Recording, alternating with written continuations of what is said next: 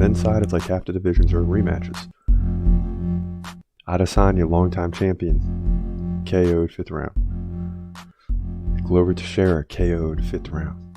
Usman, KO'd 5th round. And then we just had 4 fights between Figueiredo and Brandon Moreno.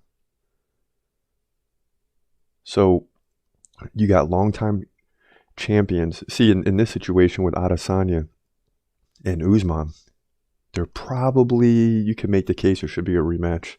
Tough part is they got finished, but you can make the case because they were longtime champions. But when you go Figueiredo, Moreno back and forth, I mean, that was kind of crazy, but at least after 3 fights, they were 1-1-1. So that a 4th fight maybe made sense there because they got to finish, they got to complete and finish a division. And Moreno is going to be the guy, and Figueiredo now moves up. But then you have, but here's where it all comes together and why people are frustrated. Even though Glover Teixeira versus Yuri Prochazka never happened, Glover Teixeira won the belt, then lost it in his next fight to Yuri Prochazka, and then he gets a rematch. So that situation tells you right there that it's like, okay, automatic rematch if you lose the belt. And then you see what happened with Jamal Hill coming up from number 7 to win the belt. So that means there's guys out there that can win, and these rematches are holding things up. And they need to figure out a way forward. It doesn't mean there can't be rematches, but we need some other fights before the rematch. Alex Perieira needs to fight someone else right now, and Adesanya needs to fight someone else. Both get wins, then you come back and fight for it. Usman needs to get a win. It could be against a fighter of his choosing, but he needs to get a win because we need other guys to get shots for these titles. It shouldn't be an automatic rematch because if this is where we're headed, then you just got a bunch of fighters that are held up. I mean, you got a bunch of fighters that are held up. Now, when you get back to Adesanya versus Alex Perieira, what happens if Adesanya beats Alex Perieira? UFC 295, Adesanya versus Perieira 3. You want to hold up the division for 2 years? And I guarantee if Adesanya would have won, there wouldn't have been a rematch in a few months. You know, they would have dragged that thing out. Because those guys, you know, those longtime champions, they don't fight often. They sit on the belt for months and months and months. So these rematches are getting old.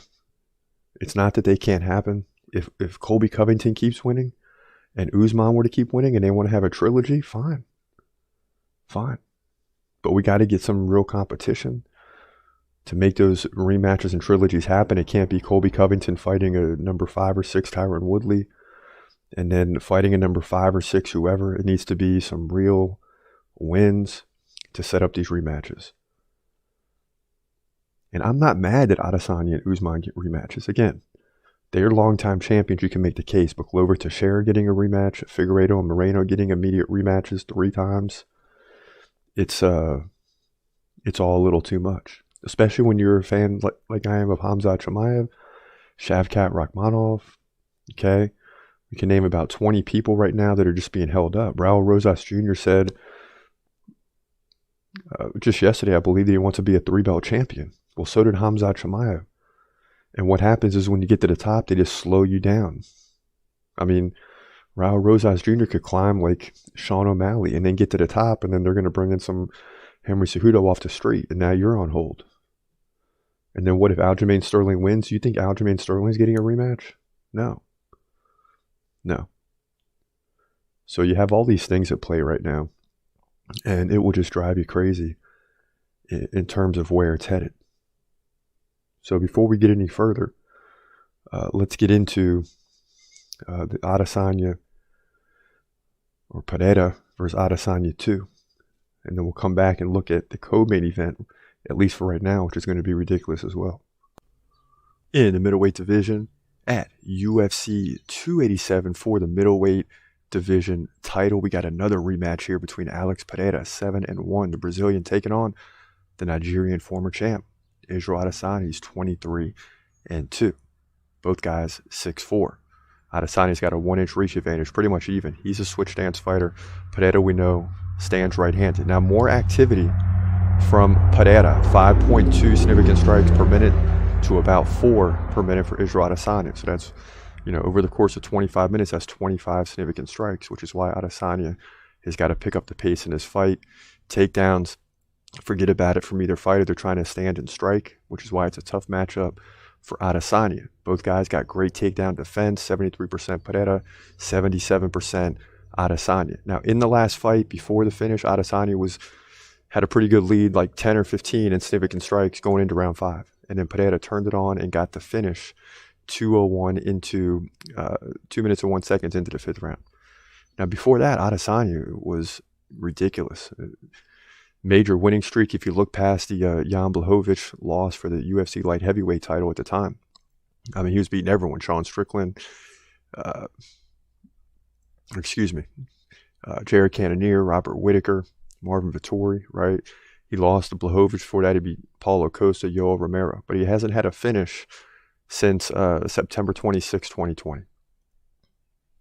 And I'm thinking he's either got to get the finish here, or he's just got to have a ridiculous pace, shooting for 150 to 200 significant strikes, and just continue to work and not be worried about running out of gas. He's got to be in great shape, and he's got to just frustrate Pereira, who is a real slow-paced fighter. Even though he's got 5 significant strikes per minute, kind of lulls you in. But you got to have activity and not let him be comfortable in his shoes. And if Adesanya does that, I think he takes the belt back. And that's exactly what I think is going to happen. That's my prediction. A little bit of delayed on this one because I had to really think about it.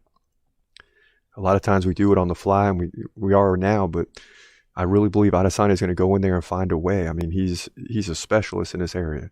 Tough matchup with Pereira, the fact he beat him 3 times now, but that won't matter in this one. Adesanya wins, likely by decision, to move to 24-2 and get the belt back, and then we all got to hope there isn't another rematch. But that's the way it goes down here in the middleweight division at UFC 287. I mean, at the end of the day, Adesanya is still one of my dudes, right? I got to go with him. He's on the dude list, still top 10. He's lost to the guy 3 times. He doesn't have the belt anymore, so he's hungry as heck. And he was hungry going into the last one, but now he's on a different hunger level. Like, he's starving to get the title back. At the end of the day, I don't think it matters, though. I think Hamza beats both of them pretty easily. But at the same time, while we're sitting through these rematches, we got to make predictions on them. And I think Adesanya comes in and wins the belt. And then, unfortunately, the belt's going to be tied down for the remainder of the year when that happens. So that's where we're at. What's up? This your boy Chris Cross. Thanks for watching. Do me a favor, hit the subscribe button in one of the links below. Then click on one of them clips up above and enjoy yourself. Thanks for watching. Have a great day and God bless. Peace.